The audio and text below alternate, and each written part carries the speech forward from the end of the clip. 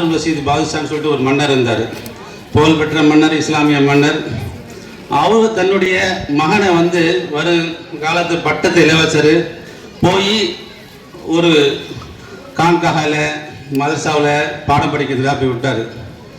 அவர் நினச்சிருந்தா அங்கே உள்ள உஸ்தாதுகளை கொண்டாந்து அவருடைய அரண்மனையிலேயே பாடம் சொல்லி கொடுக்க முடியும்.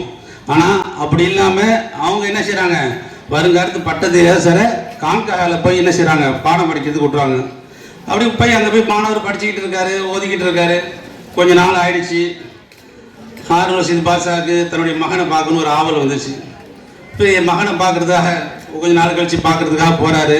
போகக்கூடிய நேரம் லுஹருடைய நேரம். அந்த லுஹருடைய நேரத்தில் உஸ்தாத் என்ன செஞ்சுட்டு இருக்காங்க, ஒழு செஞ்சுட்டு இருக்காங்க. ஒழு செஞ்சுட்டு இருக்க இடத்துல மகனார் பட்டத்து இளவரசர் தண்ணி ஊற்றிக்கிட்டு இருக்காரு. அந்த காலத்தில் உள்ள ஜெக்கு தான் தெரியும், ஒரு பூஜா மாதிரி பெருசாக இருக்கும்ல, அந்த மாதிரி ஜெக்கை வச்சு தண்ணி ஊற்றிக்கிட்டு இருக்காரு. மன்னர் பார்க்குறாரு. பார்த்தோன்னே என்ன செய்யறாரு, பையனை ஓங்கி ஒரு அறை விடுறாரு. அறை விட்டோன்னே உஸ்தாது பதறி போயிடுச்சு. என்னடா பட்டத்து இளவரசர் வந்து நாம் வந்து வேலை வாங்கிட்டோமோ, வருங்காலத்து மன்னராச்சே அப்படின்னு சொல்லி அவங்க பயத்தில் நிற்கிறாங்க.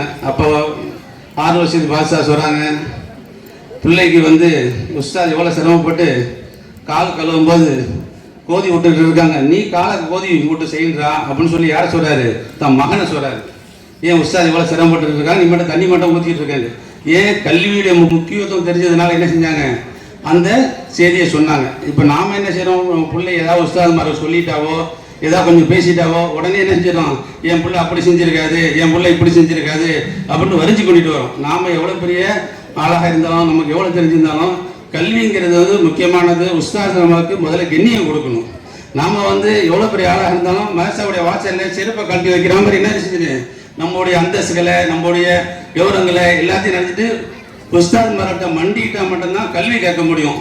நம்ம ஊரில் எவ்வளோ பேர் இருக்காங்க, எவ்வளோ பேர் இருந்தாங்க, குரான் ஓத தெரியாமல் மரணிச்சிருக்காங்க, இந்த மண்ணை விட்டும் போயிட்டாங்க.